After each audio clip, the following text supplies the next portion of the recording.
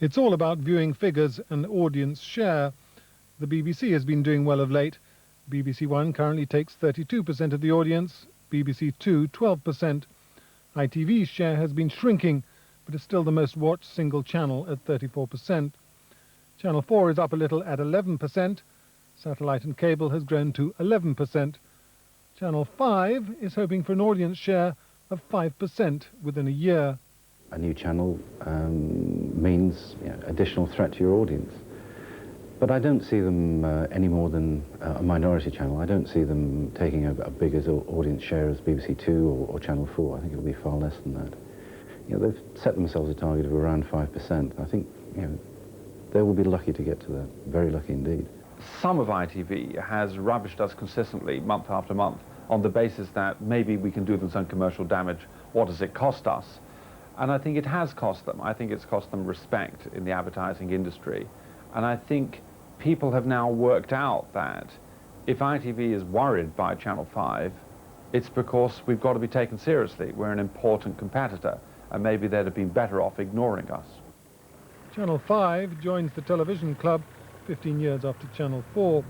And it took 5 years before Channel 4 was deemed a commercial success. The big problem that Channel 5 will have that Channel 4 didn't have when it began is that there's so much more competition now. There's cable, satellite, there's Sky, all the other terrestrial channels are much sharper than they were then back in 82.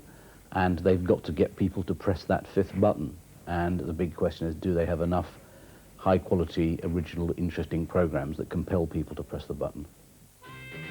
Channel 5 news is provided, like Channel 4 news, by ITN. We're already familiar with the colour scheme. The studio is also the workspace. The presentation has a younger feel about it, is less formal than usual bulletins, and there's a bit of technology borrowed from the film industry, Steadicam. Right, some of today's other top stories now. The former boyfriend of pop queen Gabrielle has been found guilty. Much is riding on Family Affairs, said to be the first domestic, i.e. non-Australian soap, shown 5 nights a week. It's set in home county's suburbia. Their soap is obviously going to be crucial. It's very hard to establish a soap. You think back to some of the soaps that have died, Eldorado and Castles. You think to the long period of time it actually took to establish EastEnders, and indeed to establish Brookside. Therefore, it takes time, and they may not have time. I've got a view that there will be a warm public welcome for it, particularly as it's an upbeat, energetic, youthful-looking soap. It's not a kind of down-in-the-dumps, murder every third day soap, which can be a bit depressing for viewers. 10 episodes of Family Affairs are already in the can. Another 10 should be ready by the time the channel goes on air. And roll record, thank you. People are much more used to new television stations for a start, by virtue of everything that's happened in the sort of multi-channel environment. It's also much more competitive, obviously, and there's a lot more prospective competition around the corner. So Channel 5 will not have an easy time of it. That's clearly the case.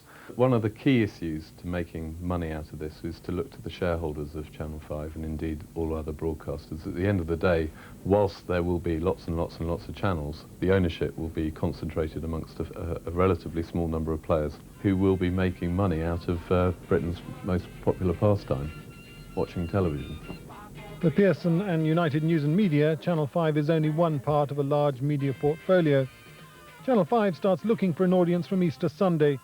How big it becomes will depend, quite simply, on the quality of its programmes. Nicholas Glass, a look again at tonight's headlines.